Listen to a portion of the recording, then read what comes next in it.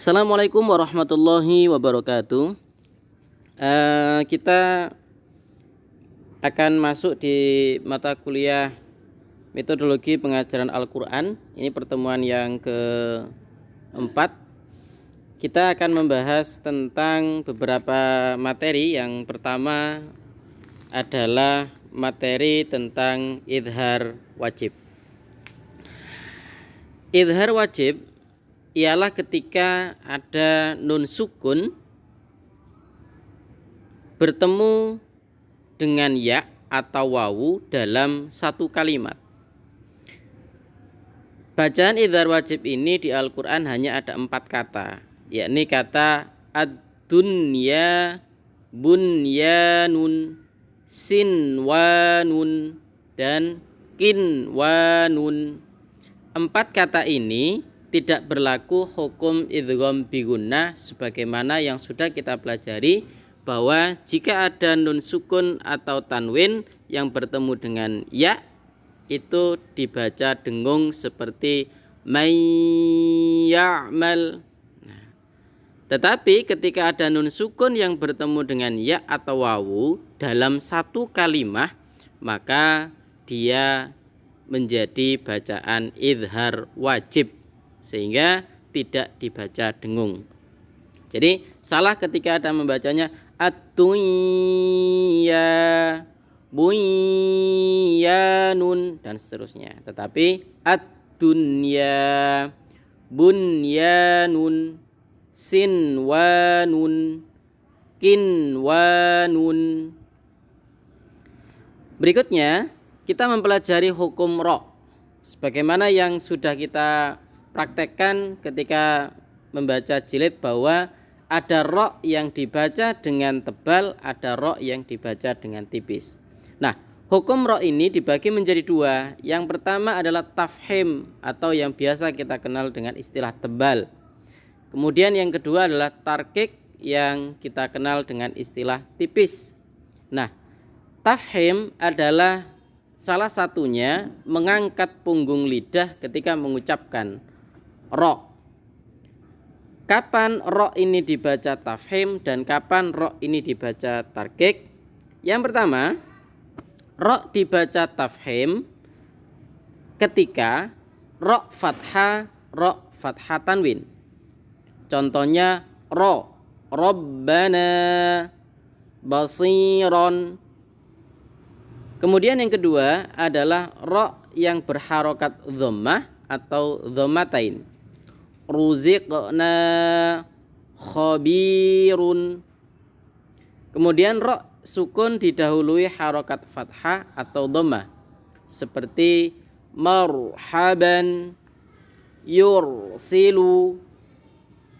Kemudian ro sukun yang didahului dengan hamzah wasol, hamzah yang menjadi penyambung. Contoh irji'i, warhamna. Nah, perhatikan teman-teman, di kata ir, walaupun jatuh setelah kasro, nanti kita bahas ro yang jatuh setelah kasro itu mestinya tipis. Tetapi ketika yang di kasro itu adalah hamzah wasol, maka dia tetap dibaca tafhim atau tebal. Jadi membacanya ir, bukan ir tapi ir. Berikutnya adalah ro sukun yang didahului kasroh, tetapi dia bertemu dengan huruf isti'la. Huruf isti'la itu ada 7, kha, sod, dod, to, dho, ghain, qaf, atau biasa disingkat khussadog tingkit. Nah, walaupun jatuh setelah kasroh, tetapi karena di depannya adalah huruf-huruf atau salah satu dari huruf isti'la, maka harus dibaca tebal. Contohnya mirsodun, kirtosun, seperti itu.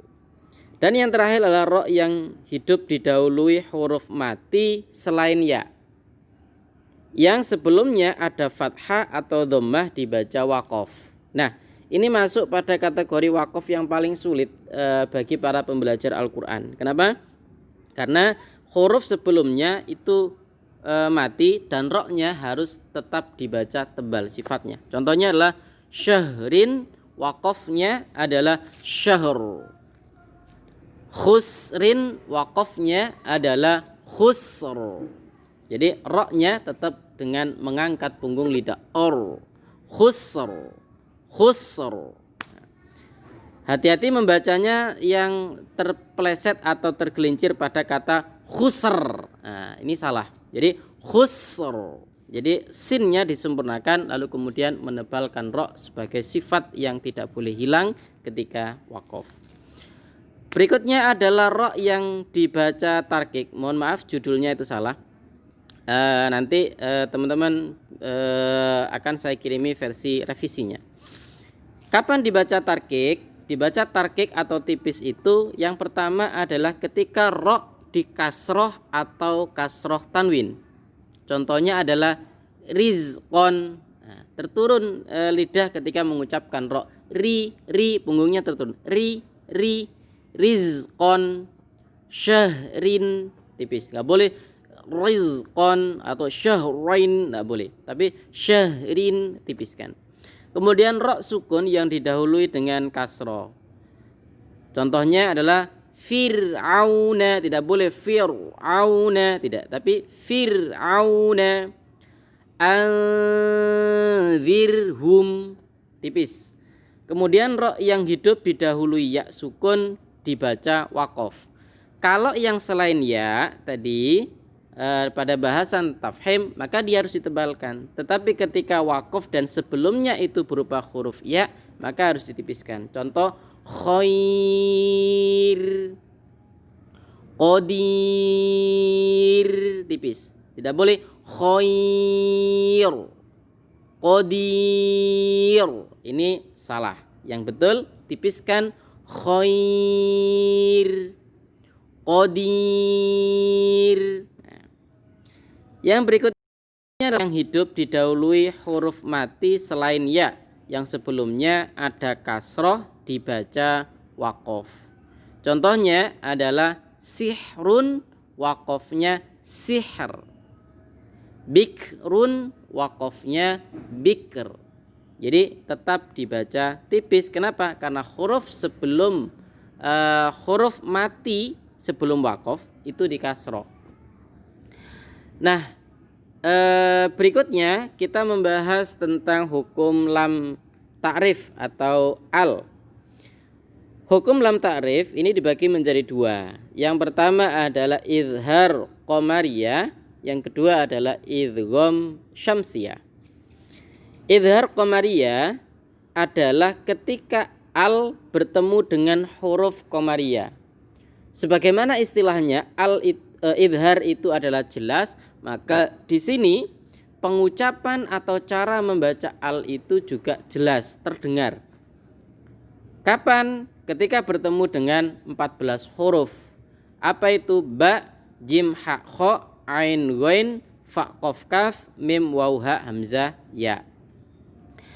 Bahkan huruf-huruf ini ketika dimasukkan al maka dia tetap nampak alnya. Contoh al-ba'u, al-jimu, al-ha'u, al-kha'u, al-ainu, al-ghainu, al-fa'u dan seterusnya. Contoh kalimatnya atau kata adalah al-basiru, al-ghafuru, al-halimu, al-jalilu.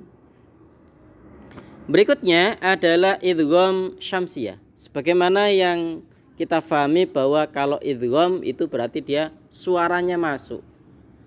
Suaranya masuk. Jadi alnya tidak akan terdengar bahwa di situ ada al. Kenapa? Masuk kepada huruf setelahnya. Kapan? Ketika bertemu dengan 14 huruf, yakni ta, tha, dal, dzal, ra, zai, sin, shin, shad, dad, ta, dha, lam, nun. At-ta'u, ats-tsa'u, ad-dalu, adz-dzalu, ar-ra'u, az-zayu, as-sinu, asy-syinu, as-shadu, ad-dadu, at-ta'u, adz-dha'u, al-lamu, an-nunu. Jadi bukan al-ta'u tetapi at-ta'u, bukan al-tha'u tetapi as-sa'u.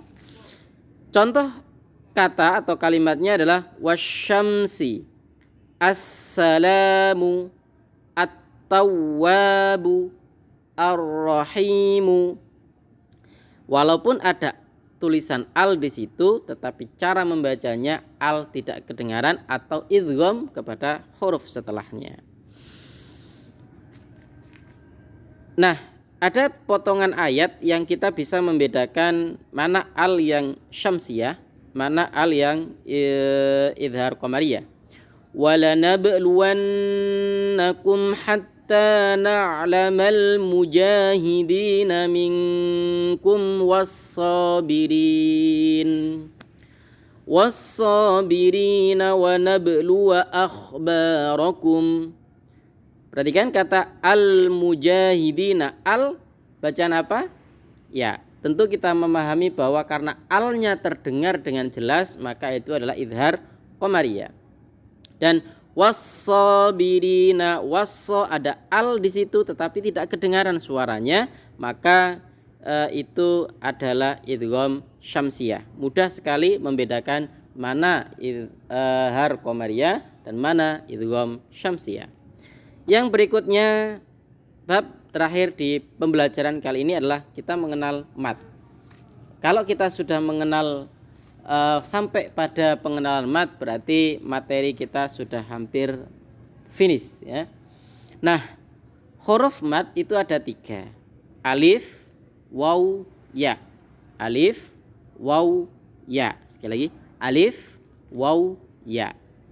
Nah, mat ini adalah ketika ada fathah diikuti alif, kasroh diikuti ya sukun, dhammah diikuti waw sukun. Ini berpasangan.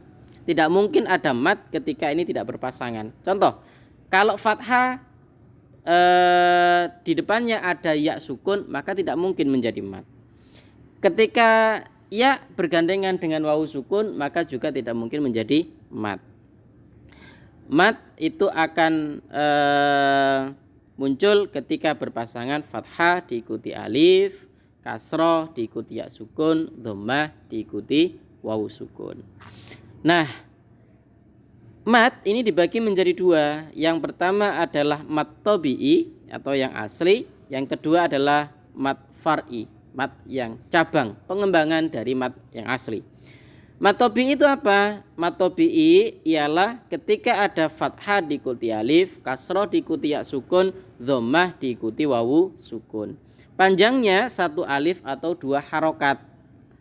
Atau dalam proses pembelajaran jilid kita kemarin dikenal dengan istilah 1 ayunan. Nah, di pembahasan tajwid kita sudah mengenalkan anak-anak kita dengan istilah alif, 1 alif, 2 harokat, 2 alif, 2 harokat dan seterusnya. Contohnya qalu nuhiha. Yang perlu diperhatikan adalah panjangnya harus sama. Nuhiha panjangnya sama-sama 1 alif. Tidak boleh ada yang berbeda. Nuhiha padahal hukumnya sama. Tidak boleh. Berikutnya adalah mat far'i. Ternyata mat far'i itu jumlahnya lumayan banyak, yakni ada 13. Ada mat wajib, mutasil, mat jaiz, munfasil, mat arid, lisukun, mat iwat, mat sila, mat badal, mat tamkin, mat lain, mat lazim, musaqqal kalimi, mat lazim mukhaffaf kalimi, mat lazim musaqqal harfi, mat lazim mukhaffaf harfi dan mat far. Nah, ada 13. Silakan teman-teman dibaca kalau bisa 1 sampai 13 dalam 1 kali nafas. Apa saja mat-mat ini kita akan pelajari di pertemuan berikutnya. Semoga kita semuanya diberikan kesehatan dan dihindarkan dari segala macam bahaya, musibah dan wabah. Dan kita ketemu lagi di pertemuan berikutnya atau di video berikutnya. Assalamualaikum warahmatullahi wabarakatuh. Jangan lupa subscribe agar mendapatkan update-update terbaru dari video pembelajaran metodologi pembelajaran Al-Quran kita. Assalamualaikum warahmatullahi wabarakatuh.